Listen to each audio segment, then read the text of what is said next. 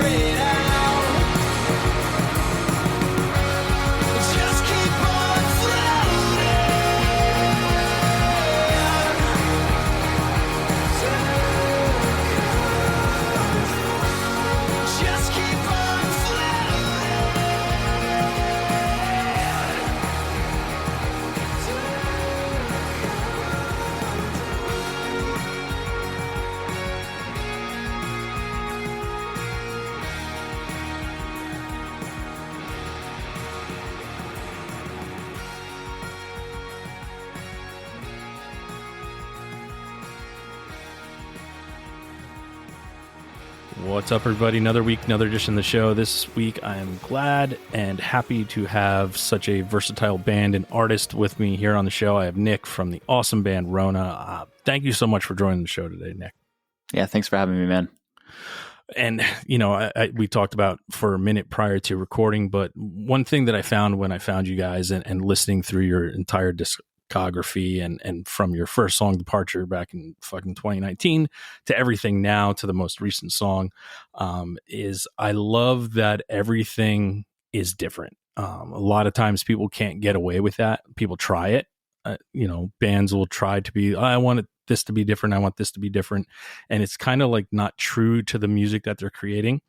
But what I found, what you guys do is like, you have like a funk soul R&B song, and then you have like a harder emo song, and then you have like an alt rock song. And I'm just like, wow, they can do it and it works. And I love that. So that's awesome. So thank you for that, man. No, man, that's very kind words. I definitely appreciate that. We kind of like what we were saying earlier. It's more or less like we want to do everything. We want to have fun with the music that we're making, but of course, we want to make that common thread through all the songs and still make it feel like us. So even though we might kind of throw everything at the wall and just see what kind of sound sticks for whatever vibe it is we're going for, we still want to make sure that it's like, okay, at the end of the day, like, let's make sure this still feels like us, Yeah, well, at least what's sticking is working, because people have thrown shit against the wall and then they just put shit out, right? And they just to see if it works for people to hear. But I think from what I'm hearing, and it's just my opinionated bullshit ears of 50 years of music, is, well, it means something to you when you're throwing things against the wall and seeing what becomes one cohesive unit to make something sound perfect. So Mm-hmm. Yeah, I mean that's really the most fun part about it too, though, and it's also, I feel like, something that in the past couple of years, with just how much more we played live and pushed ourselves to tour around, um, something that really helps us develop and kind of choose like what it is that we feel most confident about, like just sound wise and style wise, is just how much it resonates with the audience we're playing with. And a lot of people will argue, like, you might get those like stubborn dudes that are like, oh, you're just making music for other people, you're a sellout, yada yada, like, as if there's no artistic integrity. But I always like to think of it like there's this like energetic like ping pong that you're having with the with the audience when you're playing live or just playing in front of people, and you're just resonating with people and kind of throwing things back and forth. And we've had a lot of time these past couple of years to experiment with that and really see like, oh, this feels good for us to play, and this feels good for other people to like play with us. You know what I mean? Like, yeah. It's not just like playing in front of an audience, it's playing with the audience. And I think that's definitely helped us hone in a lot more over these past few years. Well, I think too, like when people create music, and a lot of people who aren't creators and don't know what it takes, but a lot of times it's really hard to, what you've created in a studio, to bring it live with maybe so many different songs and so many different ways you play them. A lot of times you need 12 guitars that are tuned completely differently for everything that you're doing. And it's really hard to do the justice of what you've created for someone to hear out in the world, as opposed to directly in front of you, is extremely hard and complicated. And yeah, I think that a lot of times when people see things live and it's not exactly like the way they hear it on a fucking album, and like they get mad about it, I'm like, do you even like, okay, you like it, but do you know about it? Because what you heard on that album, it's almost virtually impossible without fucking 12 backing tracks to get that same sound. So fucking relax, dude. Yeah, no, absolutely, dude. Absolutely. I mean, it's funny because when we were back, like, I don't know, when we were like, it's probably like 8 years ago now or so, like when we were back in the first, beginning stages of what eventually turned into what is now ROHNA, we had a lot of fun just kind of messing around with all these like different tunings and stuff like that, how you were mentioning. And it's funny because, we quickly realized as we were playing those songs, and this is pre ROHNA, like completely other thing. And we were like recognizing that, oh man, we can't have, a 6-7 song set and every song's in a different tuning. We don't have enough time to do all that and try to add all these other instruments in. Like, you're definitely right about that. There's definitely a way that you need to approach things differently when you're going at it from a live perspective. Now, why don't you give us like a quick rundown about, the humble beginnings of ROHNA, how you guys came together, and what the story is. I mean, I know you guys were all friends and everything, but like how did this full thing come to fruition and to where it is today? Yeah, so definitely would say it starts in just our local hardcore metal and punk scene. Overall, we kind of just got together from the love of that and being able to go see some just DIY, grassroots kind of music. I met Andres, our bass player, back in middle school. And the first day that he was a freshman because he's a year older than me, but I was in 8th grade at that time. And the first day I met him, I was having him fill in for like my shitty punk rock band that was opening up for his like metalcore gent band or something at our like really, old nasty dive right down the street. So it really started from that passion of just the love of just like gritty, raw music and just wanting to be in like that kind of scene. And Tampa is very fortunate for having a really good metal and hardcore scene, and we always have had that kind of just around. But as time went on, we just kept going to those shows as fans or as one of them, somebody playing them, and kind of got to know each other and just develop relationships and friendships overall. And one by one, kind of all met each other and figured out we all went to the same high school. Which that certainly helps. We're like, oh, cool, man. Like, hey, other people in the school that like dig music and dig, just getting crazy. So it was certainly a cool time to just developing that and being young and, sparking those connections that you feel like nobody else really has those similar interests at that time in your life. But, so yeah, it kind of started with that, man. I mean, and, just overall very thankful for the DIY scene around here. Because that's really what helped it all come together. Now, when you guys did like come together and start to create music, was it kind of, because sometimes, and I've been a part of it, like as soon as you get together and you try to create something together, like you just know, like it just feels like that first initial song that comes out, you're like, this feels different than anything else I've done before. Yeah, I think what really kind of helped us realize that was a lot of the times we were just, before there was any band or anything like that, Andres was always kind of in a band. He was, your bass player that gets thrown around, and everybody needs a bass player at the time. So there's not a lot of them, It's like drummers. Yeah. If not just as rare, if not more, Yeah. But, yeah. So at that time, in high school, there's no bass player. Andres is that bass player. So we're all just kind of jamming and just having fun and not really worrying about what we're doing and not really doing it for the sake of like, we're going to start a band or whatever. Especially because, in the back of my mind, I'm like, well, Andres is already in like 3 bands. I can't ask him to be in another band, So, at one of these shows, I meet Austin, who his last name's Birdie, so we just call him Birdie. But I met him at one of these hardcore shows, and we were like just kind of going over music, like falling in love with all these different genres and bands. And we're just like talking about them and super stoked on it. And we're like, hey man, and these are all bands that aren't heavy particularly, so we're like surrounded in this heavy music scene. But the bands that we're talking about that we love are like, these alternative bands, these emo bands, these like just really like light classic rock, or like, everything, just the whole thing. So we're like, hey, we should get together and just like try writing something, just have some fun. So first time we got together, we ended up writing something that was, I don't know how good it is. I honestly don't remember at this point what it really sounded like, but I just remember that feeling because him and I stayed up to like 3 a.m, like writing and jamming and trying to record it. And we're just like, dude, this is sick. Like, it felt like our way of rebelling from what we're always surrounded by, doing something that wasn't, screaming and, being disgustingly loud, which I love, not talking bad or down on it. No, I get it. I totally get that. But yeah, so I mean that really felt like I said, our moment of like rebelling from it, and we're like, we could do something in this direction. Like this could be something cool for the area and for the community that we're a part of.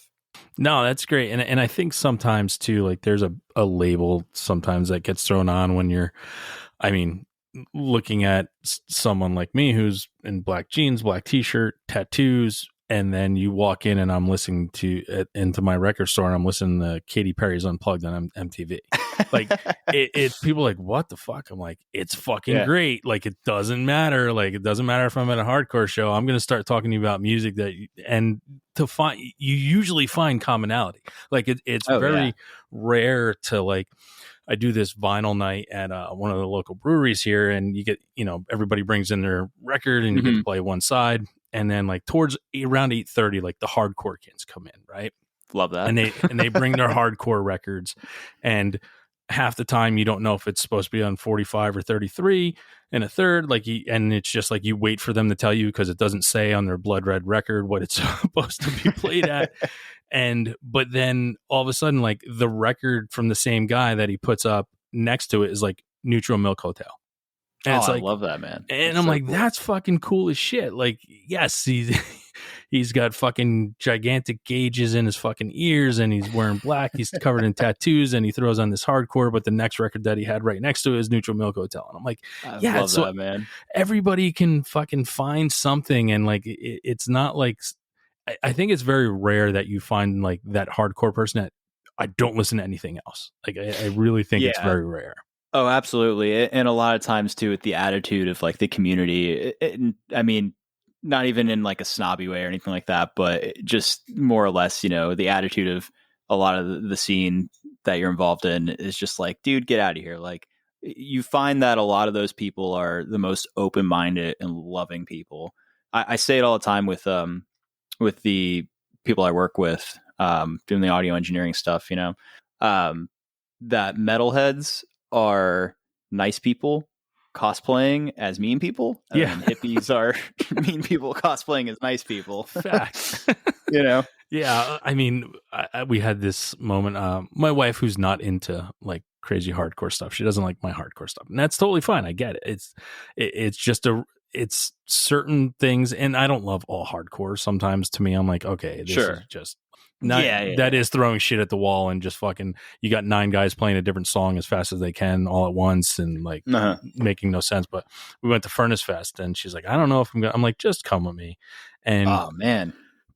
we it was the first year it came back right after COVID and everything. And at the end of the weekend, she's like, that was so much fun. Everyone was so nice. And like, I'm like, yeah, like no one's really a dickhead. Like, yeah, if you don't want to get beat up, you just don't go in the pit. But when you're hanging out talking with people, everyone's the coolest in the world, and no one gives a shit about who you are, what you're dressed like, or anything. It's just like, cool, you're here, so am I, we're friends. Yeah, absolutely. And the etiquette is just great, man. The vibe and the etiquette for those kind of vibes or those kind of settings are just immaculate. I just saw that lineup for Furnace Fest too, man, for the one that's coming up. It's crazy. Yeah, I mean, and they weren't going to do it again this year.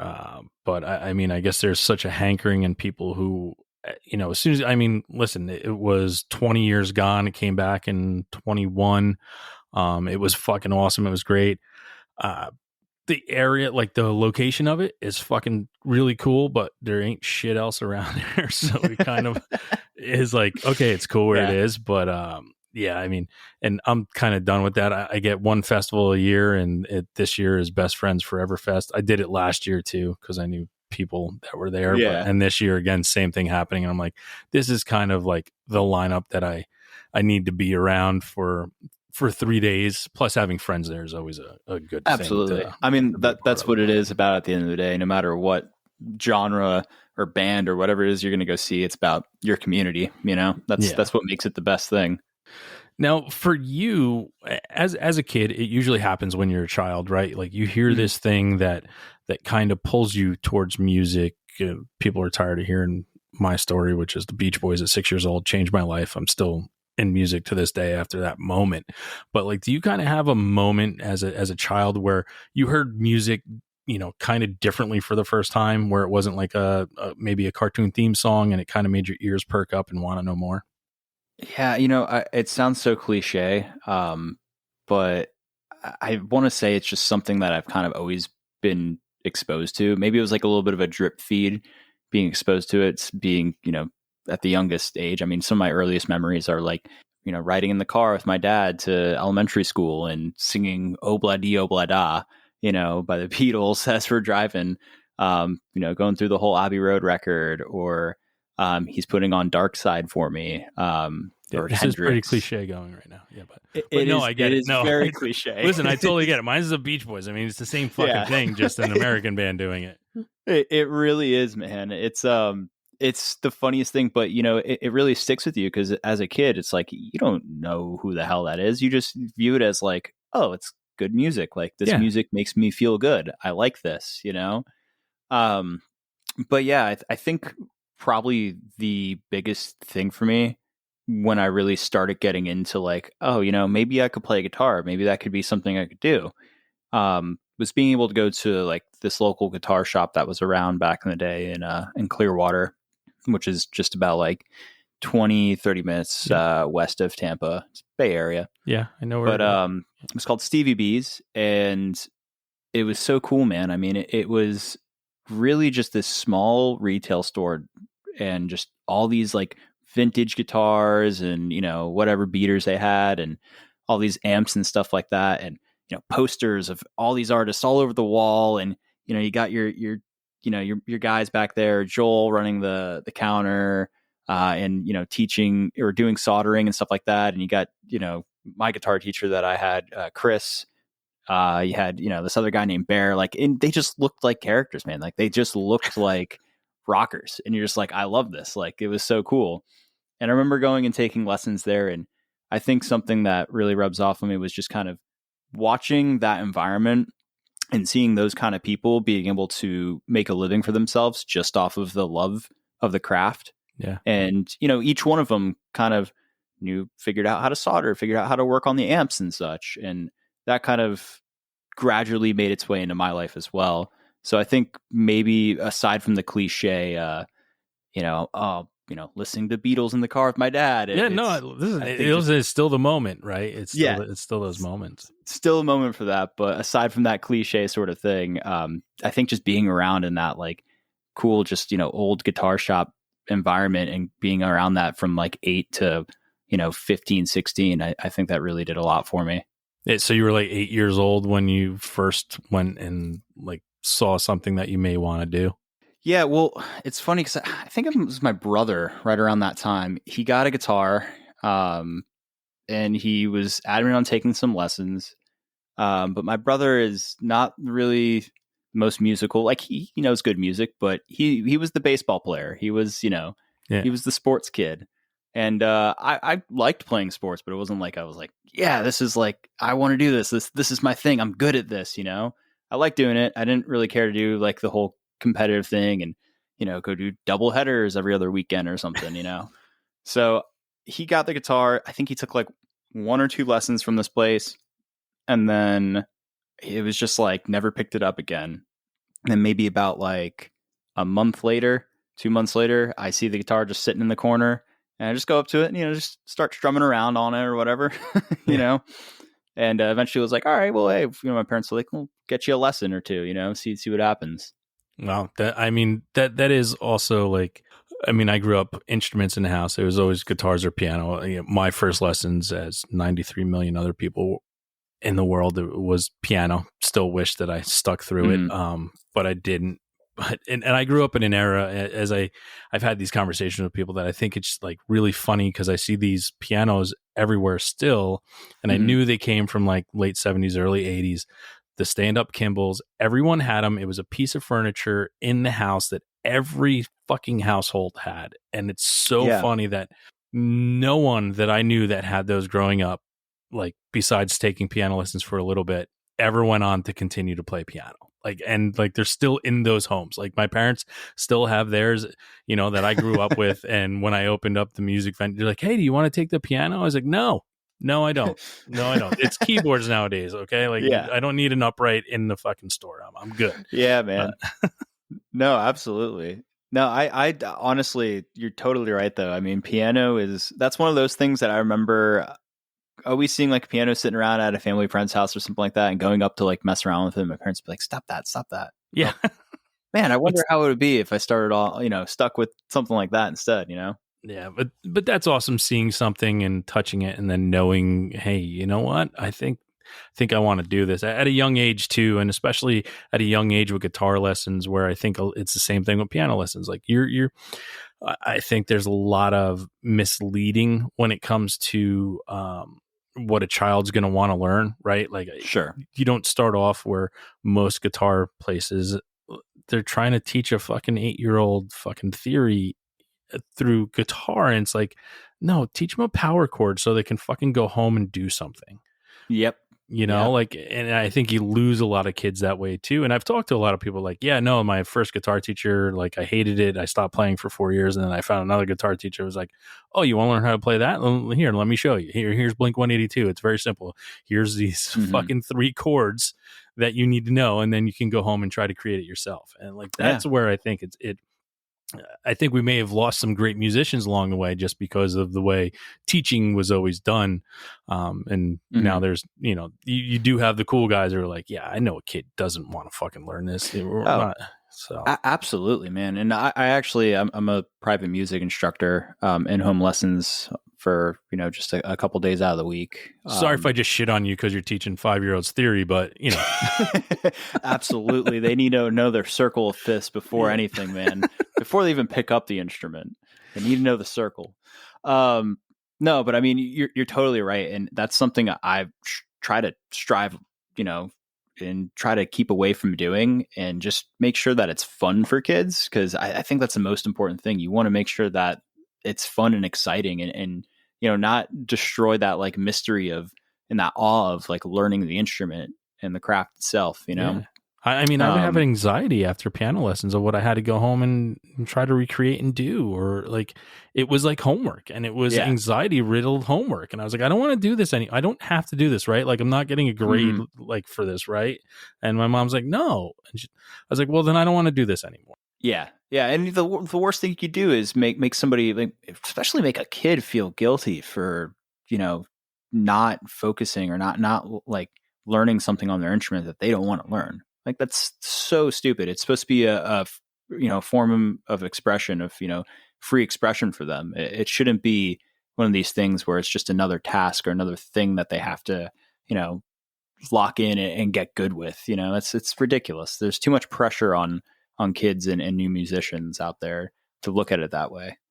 Yeah. And I think along the way, people find out what it is that they need to do and want to do to be good at something. So it'll always come around again for most people who don't get, lost in the structure of this is how you're supposed to live your life and this is what you're supposed to do. You're supposed to go to school, get a job, work 9 to 5, pay your bills, have a family. And it's like, fuck all that. Like, let me figure this out. I'll get there on my own.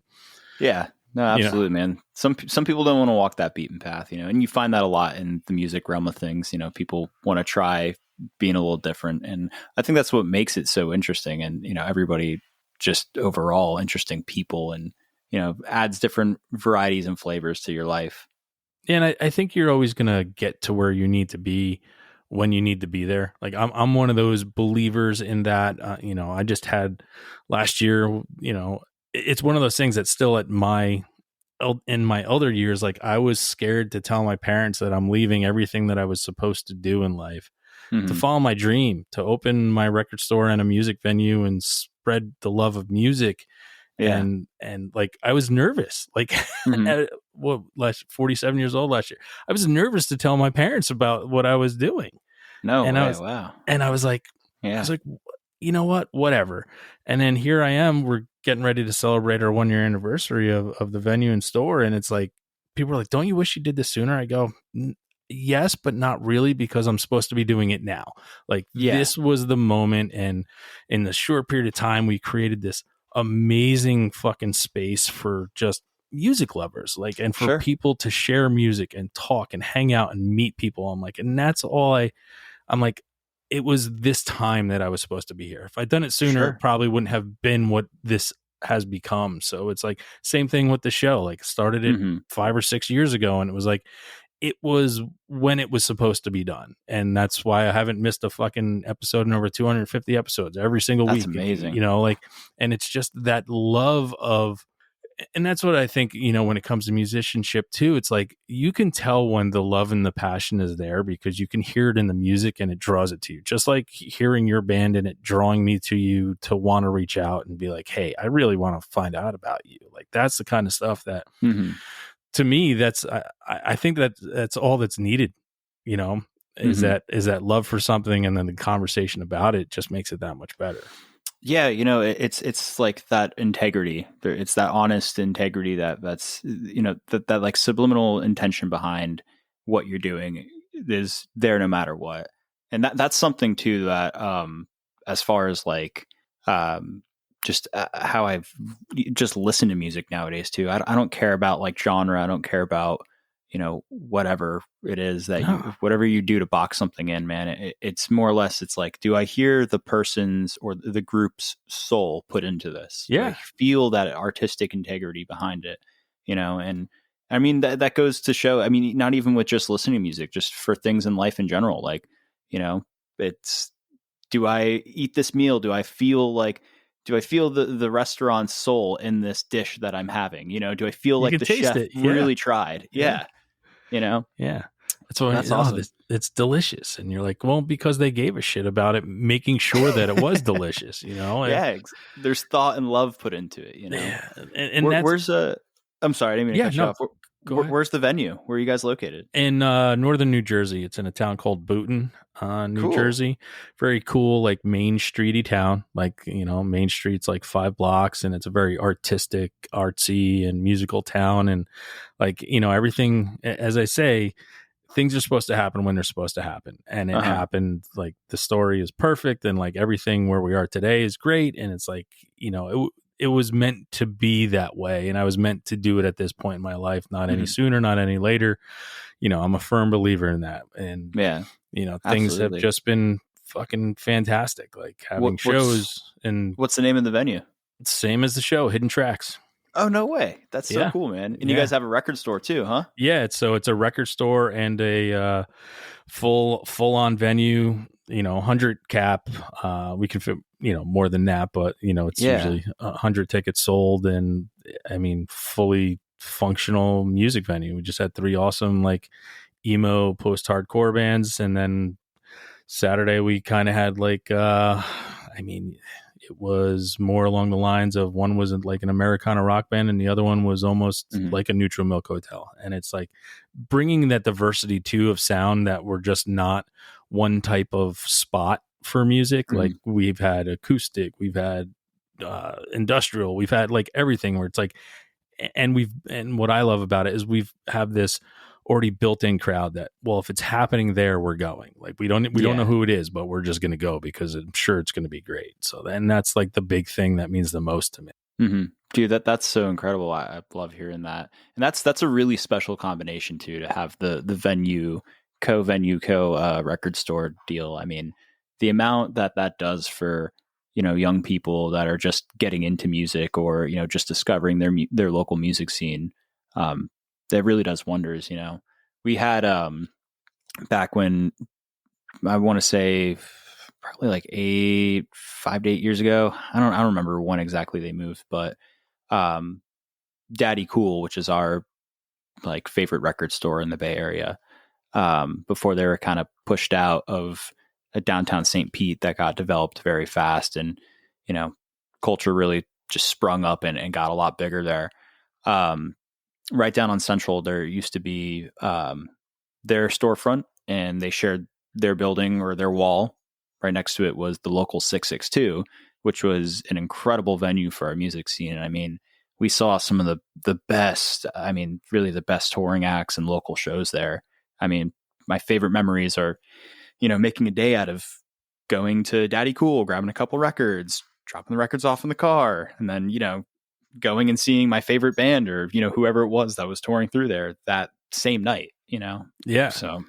No, and that was like, we just had Record Store Day, which is, the Mm-hmm. biggest day of the year for independent record stores. And being the only record store in like northern New Jersey that has a venue in it, it was, you came in to buy your record and now you get to stay, because we have 4 different acts performing all day long that are Mm-hmm. completely different than each other. And now you're going to get to hear some great music for free while you're trying to pick up your fucking overpriced Record Store Day record that you really didn't need in the first place.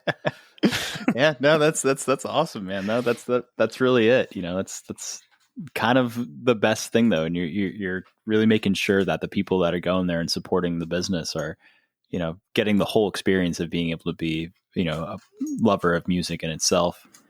That's what it's about, really. Yeah, absolutely. I mean, I really think, like, thinking of that, it's like my favorite memory from that kind of environment was seeing the band Nothing Just like a shoegaze band. I'm Yeah, I not know. sure if, Yeah. yeah, incredible, man. I mean, they're Philly, so I'm not Yeah. surprised that you're aware.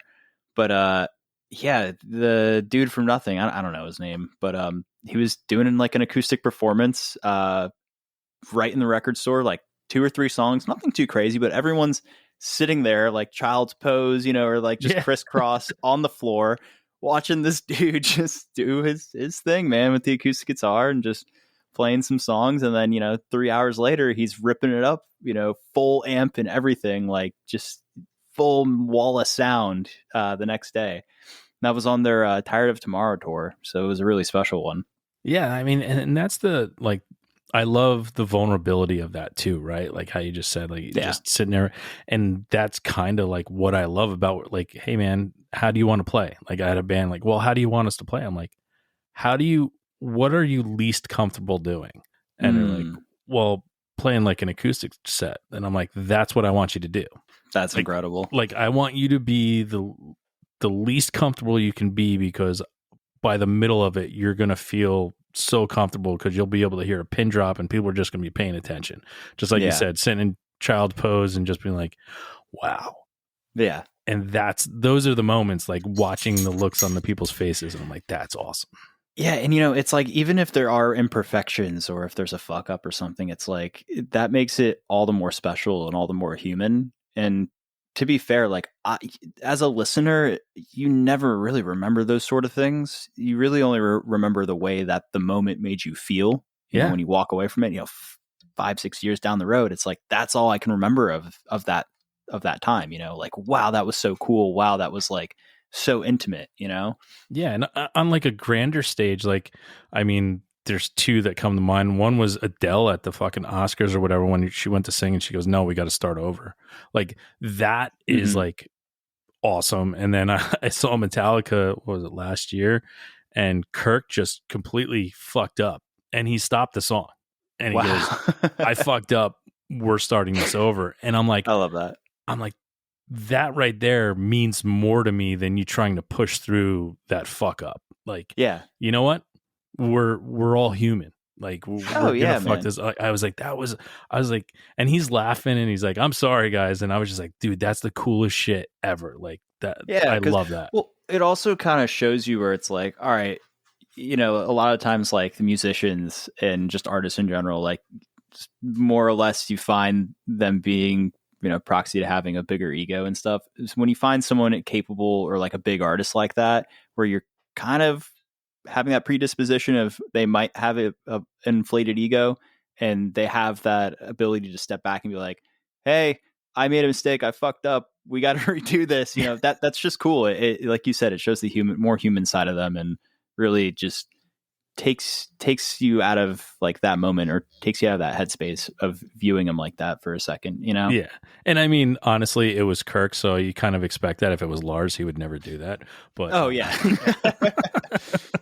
Oh man, what's the joke that Lars isn't even the best drummer in the band, right? Yeah. Oh man. So I mean, you're 8 years old and you're starting to learn to play guitar and stuff. When you started to kind of figure it out, was your first thing to like run out and find other people who were doing that to kind of start a band? Because as a kid, that's usually one of the things, you're trying to find other people and you got to start that band where you spend more time on the name and the design of the name of the band than you do actually playing music. Yeah, right. Oh my God. Hit the nail right on the head there. But yeah, I think, obviously when you're 8, it's not like you're any good, might have like I've seen it plenty of times. There's kids with natural affinities to it, but I think really it's like the first couple of years where you're just kind of like powering through it as like, hey, this is something I just like to do once a week and go to the lesson and have fun with. I think it was really when I was like, starting to get into preteen years, like, 12, 13, around that time where it's like my ears started to develop. I really started to enjoy lots of different kinds of music and different bands.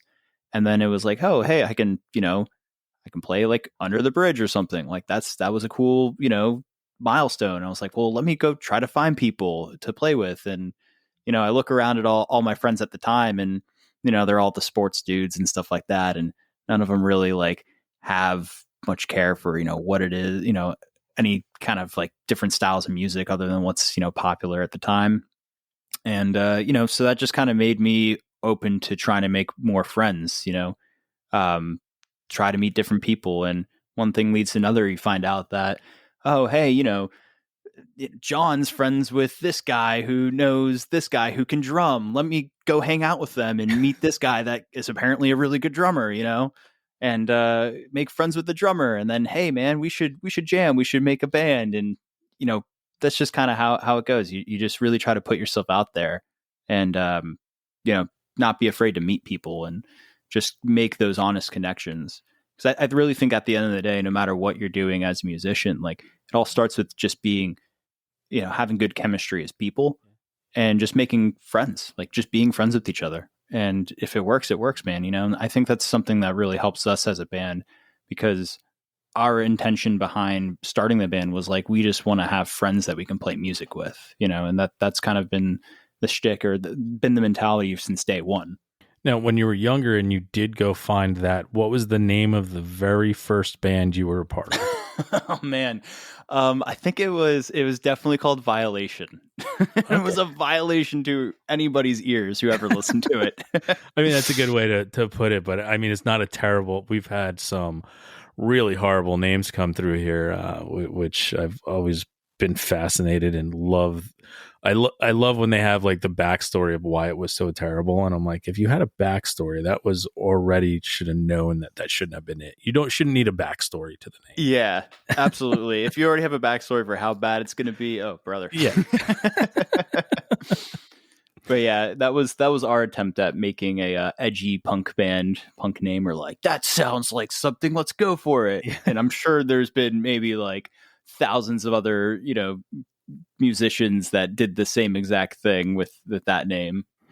Yeah, I mean, what was our? Oh, I don't know where it came from. I think it was because just this girl, like there was a girl in high school and she was like the nicest girl in the world, and then the next year she was the biggest bitch you could ever meet, and we always talked about it, like us in the band, and I was like, her brilliant transfer. And like that, I was like, that's a really cool name. And everybody was like, yeah, that's a cool name. And then I'm like, it's really not, but I do like it. And so we were her brilliant transfer for a while. Man, that's definitely a name. That's not bad though. It's better than most. Like, I mean, there's actually some thought put into that. So, hey, that's much better. Now, when you started playing and you got with Violation, do you remember your first like time performing in front of strangers? Like, you do have friends that would always support you, but like where there was more strangers than there were friends around. Do you remember that first performance in your life? That was definitely the one where I met Andres, because at the time, when we first played that first show that we ever did, it was just me and the drummer. I didn't really do vocals or anything. We were just like, hey, we're an instrumental band. It's guitar and drums. We want to play a show. Like, obviously not anywhere near show quality, but we were like, let's just do something, like we're in a band. We're supposed to go out into venues and do that, So yeah, we get Andres aboard, and he's in this metal band called Apnea at the time. And they definitely had a good time with pulling out crowds and pulling out friends and stuff like that, and the high school crowd. So that was the first show we ever played, or I ever played, and first time being in a room of strangers and being like, okay, time to do this thing. It was definitely a weird feeling, but it's cool looking back at it and knowing that who I'm on this musical journey with now is the person that I started it with, even though it was just a fill-in at the time and it wasn't like anything like particular. It's a cool little foreshadowing moment for us. That's awesome. And now, speaking of shows, and sometimes they're completely different, so that's why I ask it as a two-parter. The first concert you ever saw, and then the first concert you ever got to choose to go to, because a lot of times, I was dragged to a couple shows when I was little, but I mean, some people are very lucky. I mean, whoever I interviewed the other day, they're like, yeah, no, my first show I was dragged to, I was 5 years old and it was Green Day. I was like, well, that's fucking awesome. Like, yeah. Oh, absolutely. Mine's pretty great. I'm really happy with my parents for this. And I owe so much to my parents for exposing me to good music young. But they brought me out to see Santana in Miami. Wow. And that was, I think I was probably like 3 or 4 at the time. Didn't really know what was going on. I was just like, guitar man and play me pretty music, Yeah. I think I fell asleep actually from what I remember. Probably. Because I was definitely, young and it was past my bedtime. But And there was definitely weed going around in the air a lot. for sure. Yeah. Definitely down in Miami, listening to some Santana. I'm not surprised. May have second, Yeah. gotten some secondhand smoke there. Slap on the wrist on my parents there. I'm just totally kidding around. I don't know if that actually happened, but I definitely fell asleep. But I do have a memory of watching them and being sort of in a trance a little bit and just watching someone, from a stadium kind of seat just shredding. And I'm like, oh, this is cool. That's awesome. So that was definitely a nice first show. I think the first one that I chose to go to, I think it was a metal fest that we used to have around here. And it was because I started going, or because of the drummer that I was working with that, my middle school band. Man, I can't remember what the name of the fest was. But I remember there was just like a ton of, and just, how like Warped Tour would usually be, you have your multiple bands throughout the lineup throughout the day. And then you have your main acts, but I can't really remember who was, because it was so new to me seeing all these heavy bands that I had no clue of who was who or really much knowledge about the genre in general. But seeing that, I think the headliner though was Rob Zombie.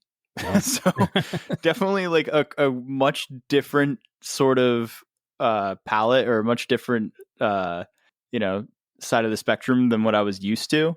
So it was cool though. You see all these theatrics, and I mean, it was a great show. And looking back on it, it was like, shit, man, there's like giant stage props and pyrotechnics and stuff like that. So it was definitely a fun experience. Yeah. I mean, when you start seeing like theatrical shows, I mean, I got to say the first theatrical show I probably saw was Guar at Roseland Ballroom. Oh, man. Where it was just like no idea what's going on, but like we just had to be there. This is the 90s, early 90s. And like just seeing this and just being like, what the fuck? But then seeing like how shows and theatrics have come so far, like I've seen them a couple times now in this moment, and it's almost like watching this Broadway metal play. Like, that just something, I'm just like, this is kind of like, I love that. But I also like the simple, just, 4 lights shining down and people fucking shredding too. So, yeah, I mean, there's a place for both, there's certainly a place for both nowadays. And it's cool because when you're following a band long enough and you can see them go from that like simple, just raw sort of performance and slowly build their way up into doing something crazy or having a big stage production, that's really special too. I mean, that's really like, sometimes that is like, you feel like that guy that's like, I saw him before they blew up, sort of thing. And it's so cool to see shit like that, and see both ends of it.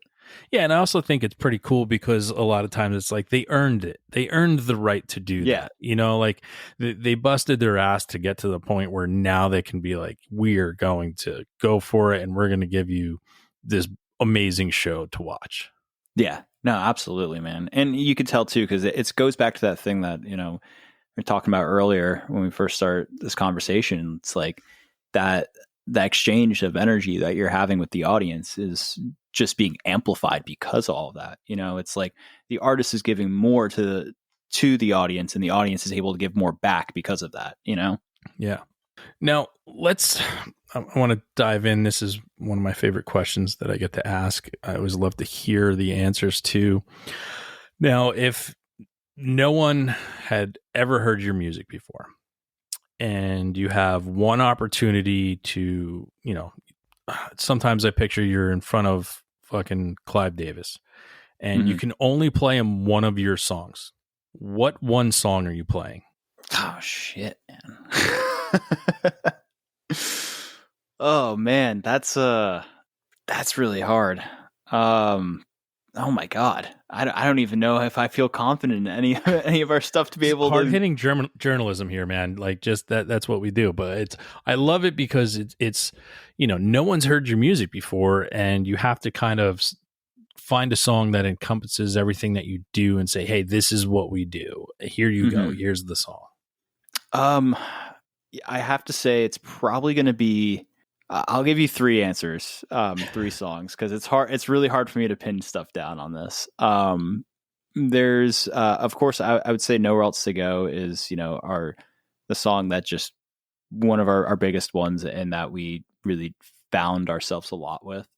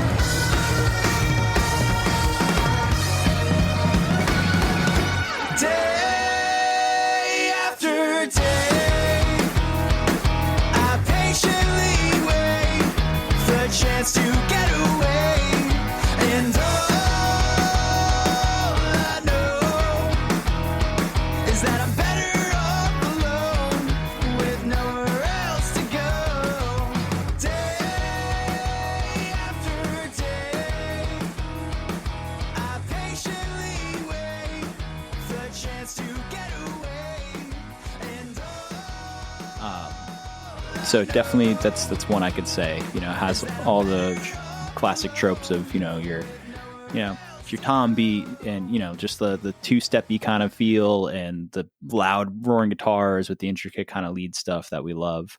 So I'd say that's definitely a good, like, a hallmark song to say for us. But as far as, like, we have a new record that's on its way soon. Okay. Well, it's And got you to be said released so people can find it when this comes out. So fair so, enough. Okay. yeah, Well, I won't say then. because it's always it's always the new stuff, right? Oh, But dude, yeah.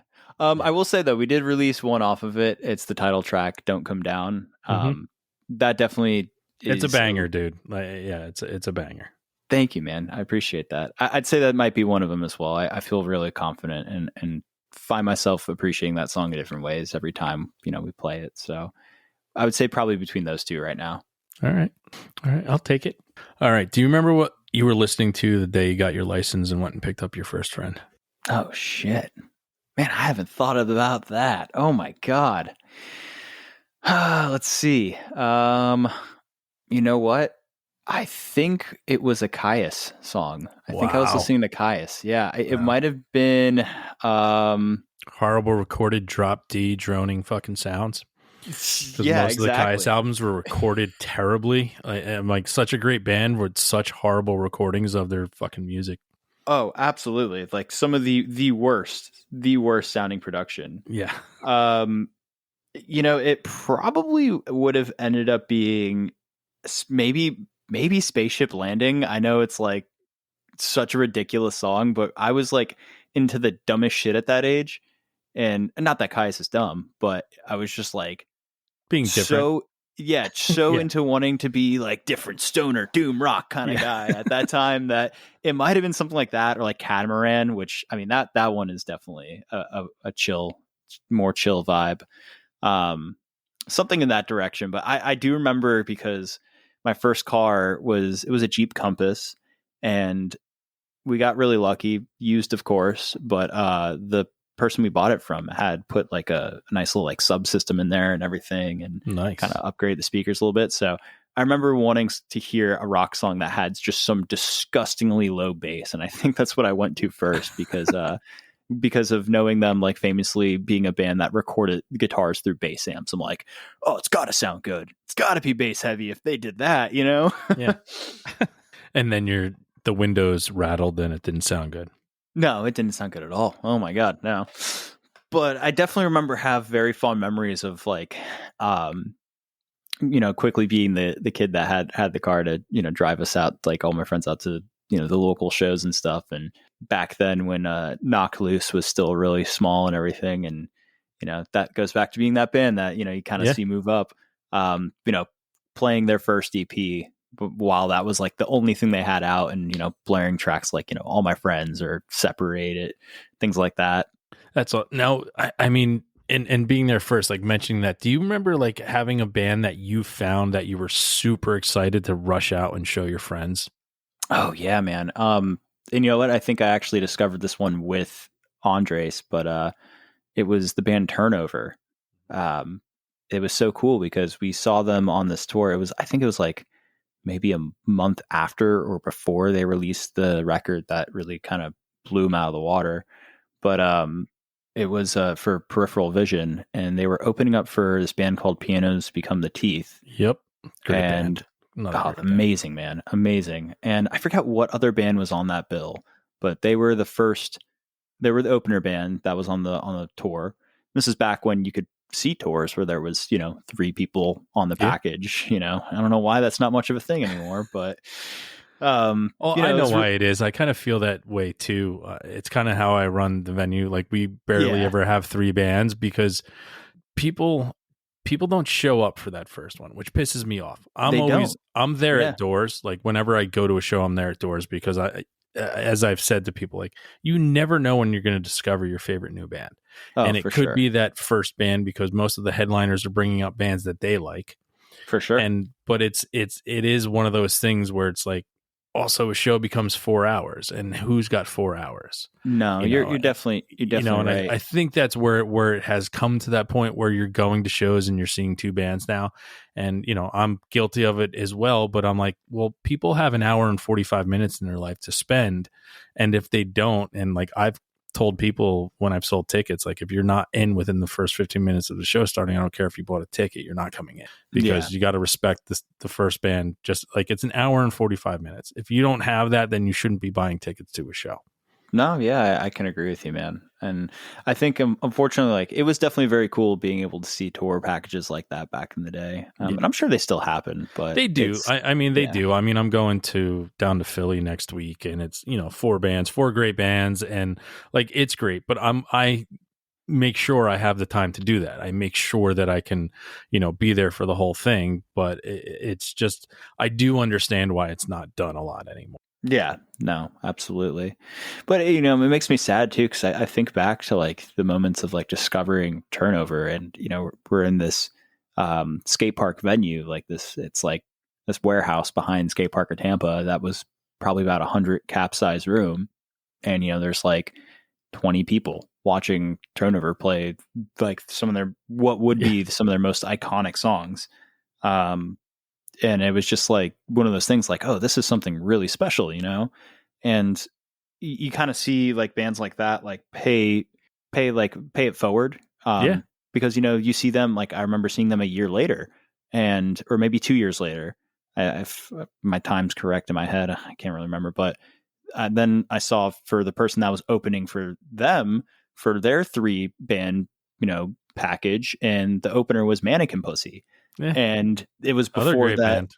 Amazing, dude. And I just remember sitting there, like my jaw completely dropped, because, you know, I'm going to go see, like, I'm in my head expecting to go out and see Turnover, which is a super happy, chill, fun band, you know, like nothing like you want to beat the shit out of somebody to or yell aggressively to. And you just see these badass motherfuckers just get up on stage, you know, and just tear a new one. And this is like right before the year before like Patience comes out or something. Mm-hmm. And they're playing a lot of from what was on eventually on that record too. But you know, and some of the other stuff from Romantic. And I just remember, like, you know, being in awe, jaw to the floor. Guitar player is just shredding so hard that their hand is bloody and there's blood all over the fucking Stratocaster. Like, it was so cool, man. And it, to me, it was like that band. I remember seeing that and thinking in my head, I'm like, this band is going to be fucking huge one day. Like, bigger than anyone would ever expect. Yeah, I had, it's one of my favorite things I get to do in the stores. Like, customers come in and I'll be like, hey man, do you like something different? Or are you willing to trust me? And the best thing is, like, I do have a lot of people that trust me. So this guy who listens to the Grateful Dead, like, you could, he's a Deadhead type of guy. I was like, got a lot of those friends. And I literally pull out the Mannequin Pussy record, and I'm like, hey man, this is $17. I know you go to like do a vinyl night with your friends and you all like to have different stuff. I'm like, and I'll make a deal with you. You don't like it, you hate it, bring it back. I'll give you 100% of your money back. Even though it says all sales are final over there, I'll give you 100% of your money back. Comes back 3 days later, dude, what the fuck? I was like, what? He's like, that Mannequin Pussy album is fucking amazing. And I'm like, yeah, awesome. Hell yeah, man. I was like, awesome. That's incredible, man. That's incredible. And yeah, I mean, it's really like the Deadheads too, man. They love whenever they can obsess over a band. I feel like the Deadhead scene, or just like, you know, jam band scene, like those are some of the most obsessive fans in the best way possible. Oh yeah. You know? Yeah. Now, going from Turnover and like sharing something with someone, how about is there a band in your life that never lets you down? Like, I always try to have to say this, like, a lot of people call it your favorite band. I call it bands that don't let you down, that you constantly turn to listen to because you love them. And when you don't know what you want to listen to, you just always put them on.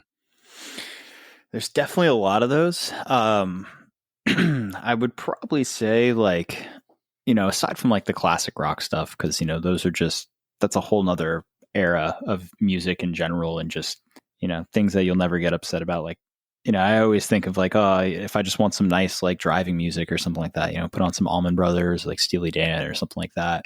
Yeah, you know, Creedence is my driving, like, road trip amazing. Is like Creedence. Yeah. Or jumping out of a helicopter into Vietnam. Those are the only 2 moments that I'll listen to Creedence.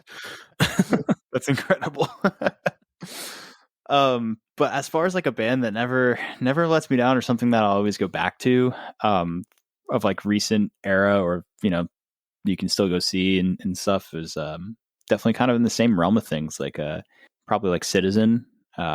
You know, it was just such a big band for us, like growing up, you know, being in that same realm of like heavy music, but not being heavy music. Yeah. So I think that really made such an impact on us. But yeah, that's definitely one of those, like Title Fight or something, you know, and that's such a cliche thing to go towards in I that realm wouldn't of say music. that's, But yeah, I wouldn't say it's cliche.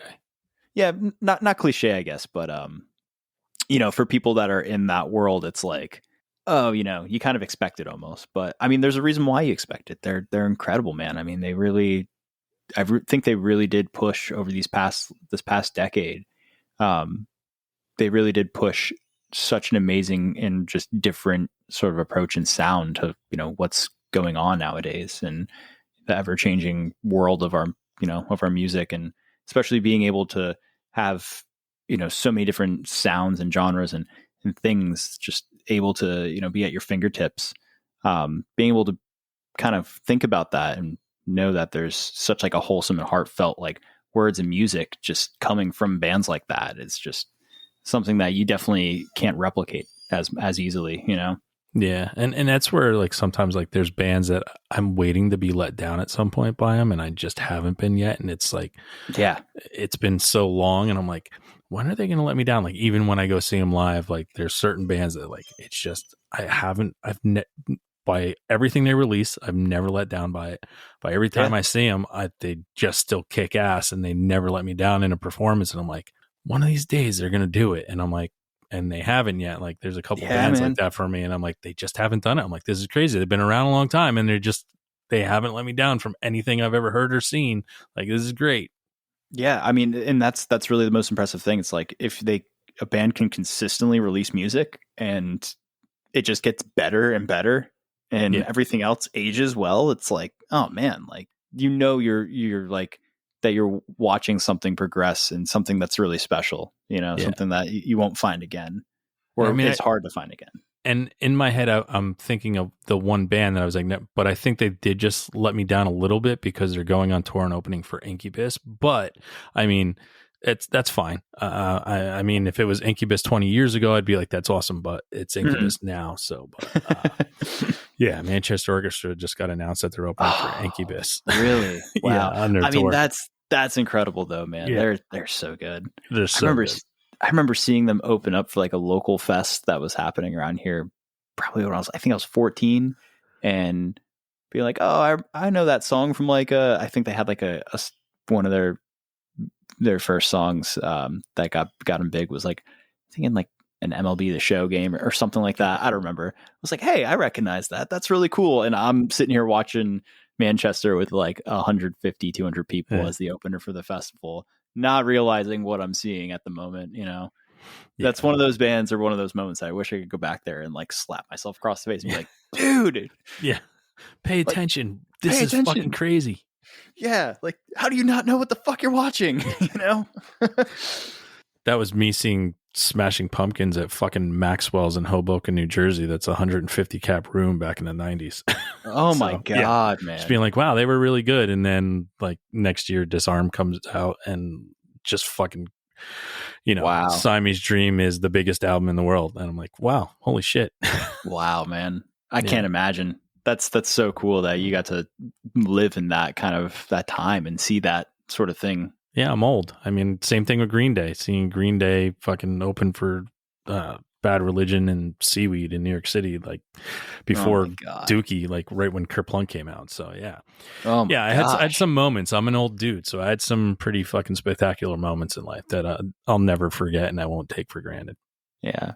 Well, it's still cool though that you can go back though and see those bands now and see how, you know, for better or for worse, how they've matured, you know, and how much they've done and moved on to doing. I mean, that's just so nice, you know, and you have that nostalgia too. If you do go see them or listen back, you're like, oh man, these people are just everyday dudes that just happen to do good with their music and push forward and make a life out of it, you know? Yeah, they happen to be the one, as I always say. Like, it's so weird that, like, out of all the bands that were doing the same thing, like, to see someone just say, like, you're the one, and let them blow up, you know? Same thing happened with Blink, too, but I think Blink was the I think Blink was more of the MTV video, like making funny videos and garnering fans that way. Hmm. And listen, their music was great, Hmm. but at the same time, it was like, okay, you guys are going to be the one, but this is how we're going to get you there. And it's like, Yeah. it's always weird to me to see like that it is the one, and then it moves on. Meanwhile, there's 900 other bands that they've been playing with that are all kind of in the same realm and same sound, but it's just like only one can be anointed the one from that's going to make it. Yeah. Yeah, no, and it's funny too because you think about that, like how that was how it was back in the day, Yeah. and before like pre-internet sort of thing. Yeah.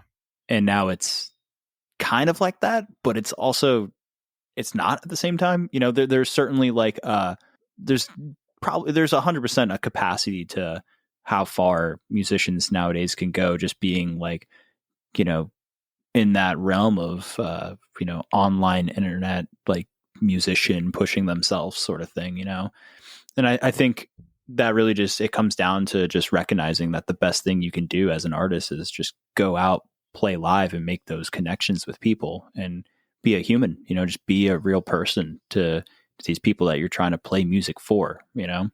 Yeah, and I think for some bands, I mean, in the TikTok era, like that is kind of lost on the let's go play live and let's meet the people and let's really show them who we are.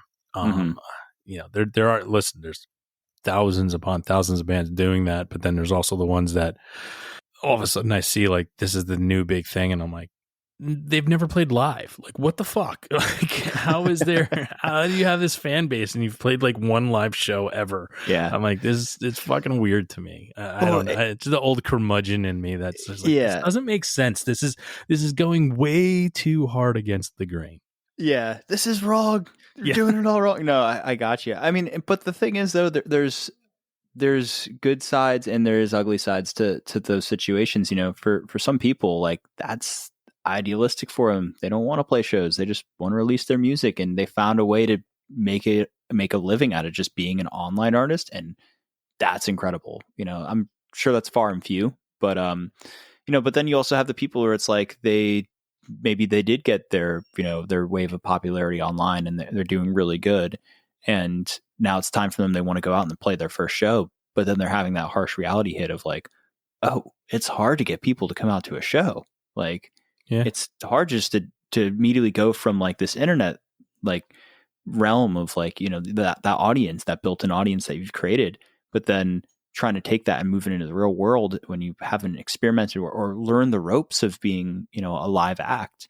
And even if you do get people to come out to your show, which I'm sure a lot of people have success on doing that if they're getting big online, but even just the difficulty in learning the ropes of like knowing the etiquette for showing up and doing the business part right for that live production, like that's also tough, or even like the business decisions and that realm of things as well. A lot of people get lost with that, and I think that's probably on top of that a hard thing about being an artist nowadays is you're not only the artist, but you're the manager, you're the social media guy, you're the you're all the hats. You got to wear every single hat. Well, yeah, and that's the it's branding yourself, right? It is, I've to younger generations, and I see kids coming up playing music, and I'm like, what you also have to understand is like you have to kind of find what your brand is, also, because your band has to be a brand that people are going to want to attach themselves to. Sure. It's just like anything else. Like I do tons of marketing for everything that I'm a part of, and it's building that brand. It's, hey, I'm wearing my own t-shirt. I worked really hard for this, so I'm going to do everything you have to kind of push yourself. And I know in today's world with the fucking social media and stuff like that, that's one way, but I mean, I still find, and it's the old, from my old job that I had, it's like the best way is to go out and talk to the people. And the best way to do things is to go out, talk to people, tell them what it is you do, tell them why you're so passionate about what you're doing. And it's the same thing with a band. Like if they don't get to see you, tell them about your band, tell them what you do, say, hey, here you go. What's your number? I'm sending you one of our songs right now. Like, and constantly pushing and moving forward and not being like, I mean, who knows how true a lot of things that we read.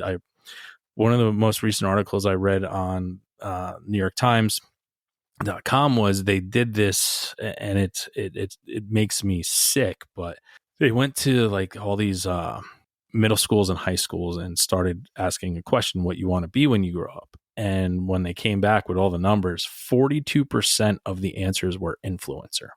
Oh my God. Like, and that's the Wow. kind of stuff where I'm like, Yeah. yeah, but to be an influencer, and it's almost like you got to be that Tony Robbins. You got to be on stage and be able to do the same thing in front of thousands, if not millions of people. Yeah. Like, that's what the true essence of influencing someone are, not making a video. Like, and it's just like, man, is that really Yeah. what they think, that like that's what they want to be when they grow up? Well, Yeah. go do it on stage in the play at your school. Like, and but they're not going to do that. And that's the kind of stuff where it's like, it's still the best way to go out is to go out, talk to people, tell people, go on stage, tell people Yeah. about it, do what you do. And not be afraid to get dirty too, you know. Yeah. If I can add to that, like you got to be able to, like, you can't have your standards too high. Like No, you it's okay to fail. Yeah, it's okay to fail. You got to learn, you know, there's plenty of things. I mean, dude, we're still, you know, young in our, even though we've been doing this band for a while now, we're still learning new things every day and still making mistakes along the road. If you don't learn But- something new every day, this is how I've lived my life for a very long time. Mhm. If I don't learn something new in a day, to me, that day was a failure. Sure. Absolutely. That's a great way to look at it. That's 100% a great way to look at it. And, you know, like I said, you know, getting dirty with it too, man. And we're not being afraid to get, you know, your hands dirty. It's like, that's important, you know, setting those standards low, not low, but I guess not setting your expectations too high and, you know, shunning away like opportunities that could be good for you. Just because, you know, they don't fit into this idea of like what you want to be doing could be the worst decision for you. You know, I mean, just in the aspect of being like performing, you know, from a performing perspective or just doing shows, it's like, I can't imagine where we would be right now if we didn't play house shows. Like if we said no to house shows, you know, like those are by far some of the best shows that we will ever play.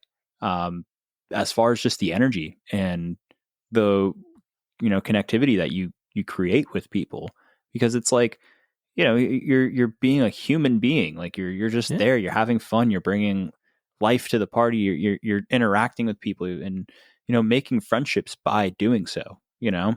Well, it's going out and doing it. It's that hard work, right? It's that work ethic. Like I say it constantly. I will never fail in my life because I didn't work hard enough. Like Sure. that's always my thing. Like I put everything I have into everything that I do. I don't sit by and I don't wait for something to happen. How do I make this happen?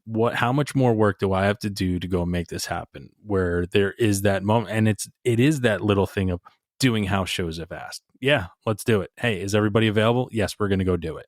Instead of waiting for that moment, we didn't get asked to go on that bill at, you know, at Irving Plaza for 1,000 people, so we're just not going to do anything. Like that's no, that's the wrong thing. Find something else to do that night. If you were already planning on doing that and that didn't come through, hey, let's find a new place. Let's send out fucking 500 emails and see what place says yes.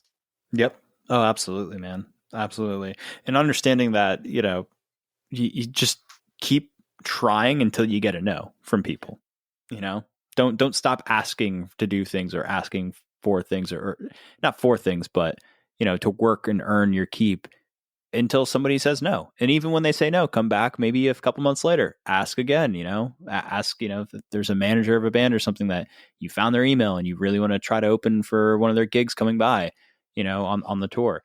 Hit them up. If they say no, oh, well, okay, wait till the next tour. You know, it's like you never know when they're going to be like, hey, I need a band for that area or for this region. Oh, look, that band that we keep saying no to, that keeps reaching out to us, that's very kind and professional about it. You know, oh man, well, let's throw them on, you know? So you never know, you know, man. I think people really need to, or artists nowadays really need to understand that, like, you gotta shoot your shots, you know, as many as you can. Well, and I mean, it's also when that call does come, like being able to say, I mean, I just had this instance recently. I had a younger kid, and I had heard there was a little bit of talent there, and I was like, he'd asked a couple times. I'm like, no, not right now. We really don't have a spot. Like keep up the hard work, keep going. And someone pulled out of a show literally day before, 2 days before, and I reached out to him like, hey man, here's your shot. Mm-hmm. Are you available in 2 days? You're opening the show. Do you want to do it? He's like, well, I can't get my band. Can I do it solo? Absolutely. Yeah. He fucking killed. And then guess awesome. what? After he killed, I was like, get the full band. You're coming back. And he's the one that opened Record Store Day for me. I was like, dude, you and your band are starting the day off with the Record Store Day. He's like, are you serious? I was like, yes, that's it. Dude, and that's the thing. Him saying yes, going out, hey, the band can't come, but I'll play solo. Like just doing that little effort of like, not saying no because he couldn't have the comfort of the band with him, but I still want to do this and I'm going to make this work. And like that to me almost made it sound 100 times better because I saw that he was like, yeah, no, I'm willing to do anything. What was the name of the band? Charlie Western. Charlie Western. Okay. Yeah. Cool. Yeah. And it was just like, I was like, that's what I'm looking for. When I ask, when you finally have an opportunity and you do everything to make sure you can grab that opportunity, guess what? Now I'm in. Now you're already 50% better than anybody else. Yeah. And now I mean, it grab that other 50%. Just from that attitude alone, man, and that, going back to, what we were talking about earlier, like I think that in itself is that punk ethos, that's the mentality right there, or that hardcore ethos. And I think a lot of people, even if you're not playing that sort of music, can learn a lot from just being or observing that scene, or observing that mentality. Yeah, and I felt like it was almost like that, like Proud Papa kind of moment thing too, because the band that was headlining that night had come next to me by the bar, and they're like, "Dude, who is this kid?" I was like, "Charlie Western, man. That's who he is." Awesome. And they're like, "He's fucking great." I was like, "Yep, he is." That's awesome. So it was pretty. Shout out Charlie. I know you listen sometimes, but yeah, it was so great to have that. And just those are the things that goes forever. Like that means you can, whenever he wants to play my stage, he can just say, "Hey, can I play?" I'll be like, "Yeah, if we're available that day, go right ahead." That's awesome, man. That's really what it is, and that's what it's about. That's what builds your music scene as well. And your community. I mean, just giving back to people like that, and you scratch my back, I'll scratch your back, sort of thing. As the saying goes. Yeah.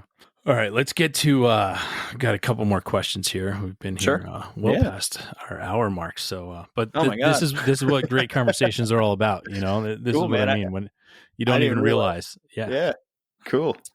So, I mean, all the music that we've been talking about today, there's usually like this artist or music that you listen to that people will be really, really surprised you get tons of enjoyment out of. Like, do you have something that people, after talking about this hardcore and some of the classic rock, some artist or band that you listen to that people will be really surprised you listen to? Oh, man. You really do hit with those hard questions, man. I mean, I gotta think about that one just a little bit. Because I mean, there's always like you said, there's always the classic rock and the hardcore, and you can go down the niche genre of like, oh, this is cool. I don't know if it's as much of an artist that I would say I really enjoy listening to. But as far as like a style of music goes, just for like overall, just the love of just like having it there and just as a soundscape. And I went through like a little phase for this too, back in like 2020 when there was nothing going on. But modular synthesis and like semi-modular, like just there's people making like music by letting their synths kind of go crazy and just having, this wall of synthesizers of those Euroracks and just plugging in cables and making fucking robot noises and shit. Yeah, Eurovision stuff. Yeah. Yeah, it's so much fun to me. I don't know why. There's this one dude on YouTube that I think his name, the channel is Alistair Wilson. And he's got so many cool like soundscape sort of stuff that he's doing, like these nice Eurorack modules and stuff. And that is always really fun for me, just to put that on and just kind of have some headphones in, relax, do whatever I'm doing, whether it's working or, even just driving. It's a really good time. I also do in the realm of like rap. I grew up loving the record, 2 records from Earl Sweatshirt. I Don't Like Shit, I Don't Go Outside. That's a great record. And Doris. Those were some of my favorite like rap records back in the day. And not even that's that long ago, it's 2015. But yeah, those were some really good ones to kind of just always have on the back burner for, changing up the style. All right. It's not too underground too. So I'm sure there's plenty of Earl Sweatshirt fans out there. No, I like it. And I'll accept that answer. Cool. I'll take it. All right. 5 minutes left to live. Meteors hurling into the earth. You have to listen to one song and one song only. What song are you listening to? All right. Oh man, that's always the hardest one to say, Mine's tattooed on my arm, so it's not hard for me. What is that? Mine is Over the Rainbow. Oh, that's good. Done by Ray Charles doing it. Yeah. Well, I'll say if I have like an hour or maybe 45 minutes, however long the record is, I'd probably choose All Things Must Pass. George Harrison has the record. Just well, I mean, you get 5 minutes, so I mean, you're starting it and then it's over. So yeah, exactly. Yeah, you're fine. Yeah. So that would be the record. But as far as the song goes, maybe again cliche pick, but maybe I would pick Time by Pink Floyd. I still remember being a kid and, kind of I'd be dozing off on the car ride home or something. And of course, out of nowhere, those fucking clocks come in and just wake you up and you're like, fuck. And then you got to listen to the song, but then you're like lulled again by how amazing of a song it is, But that's one of those songs. I mean, it's funny, as ironic as it is, because the name, it's a timeless fucking song, Yeah. That's a good answer, man. I like that. Yeah, thank you. I mean, I really don't know what else comes to mind. It has to be in that realm of classic rock for me. All right. Last question before we move on to our final segment of the show. And Sure. Say your house is on fire and all living things get out. Friends, family, living cats, dogs, fish, everything is out safe. Mm-hmm. And you have an opportunity to run back in and grab one piece of music, maybe memorabilia or something musical. That's that one thing that you would grab to save. Oh man, I'm looking right at it right now. It's my 1983 Japanese Fender Stratocaster. It was the first guitar that I really started playing on.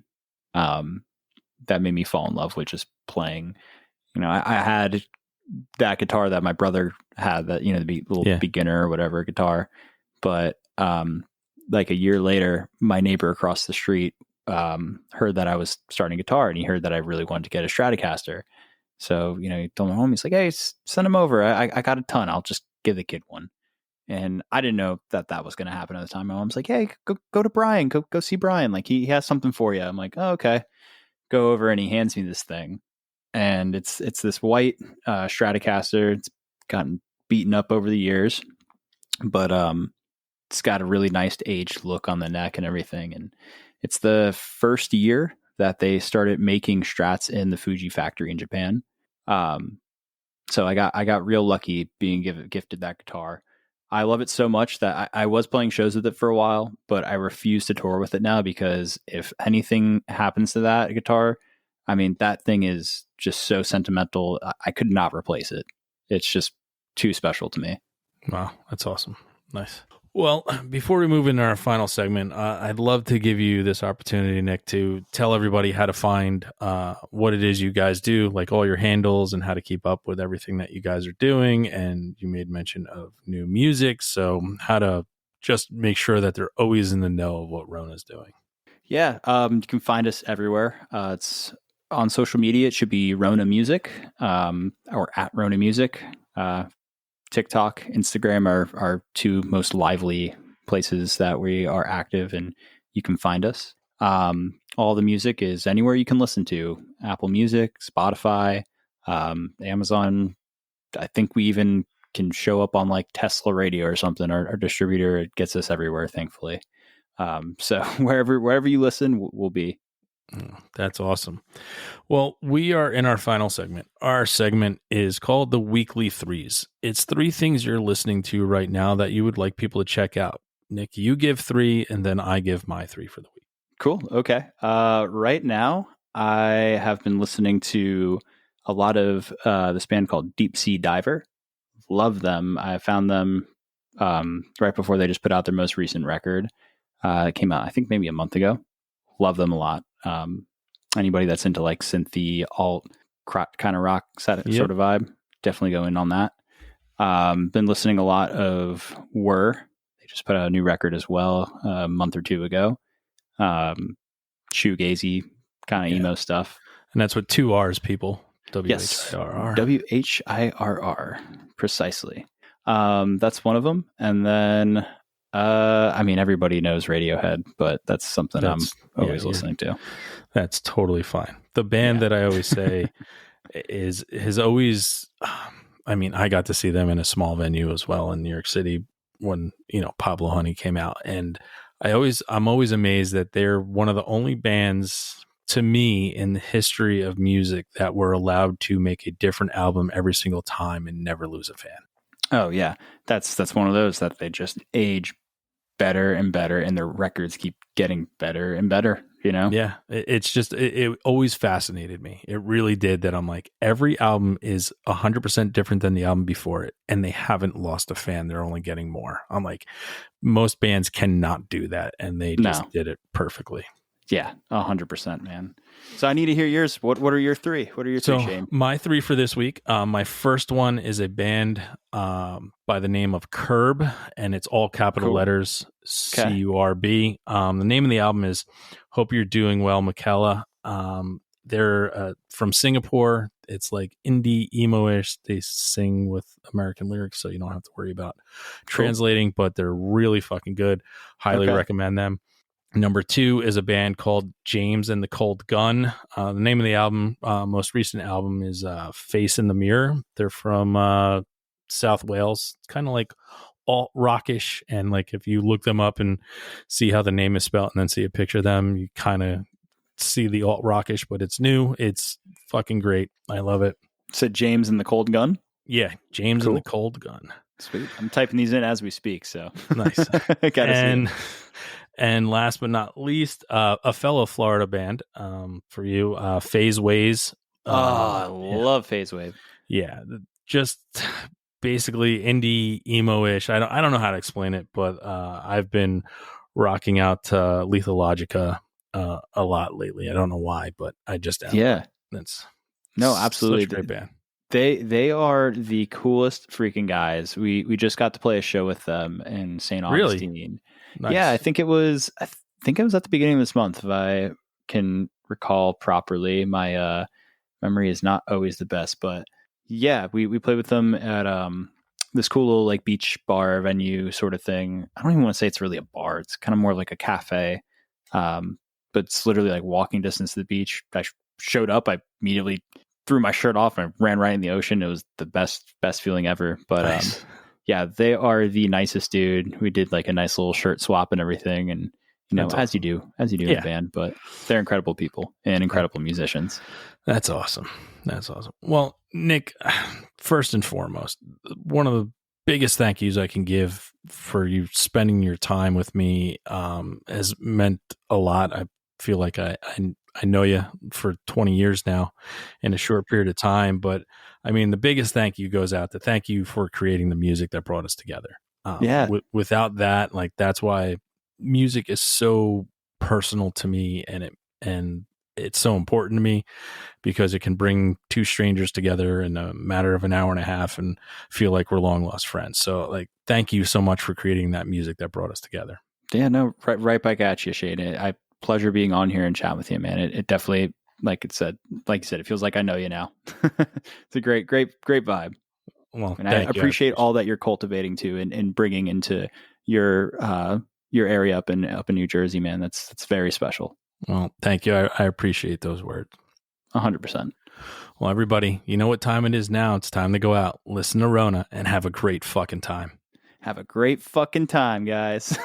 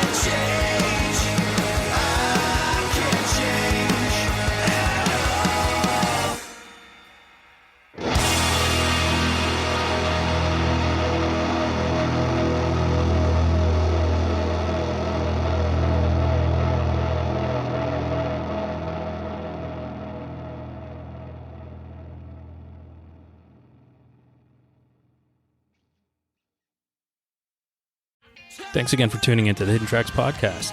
We hope you enjoyed this week's show. Don't forget to follow us on Instagram at HiddenTracks99. Also, send all your submissions myhiddentracks99@gmail.com. Tune in next week. You may find your new favorite band, and don't forget to go out and have a great fucking time.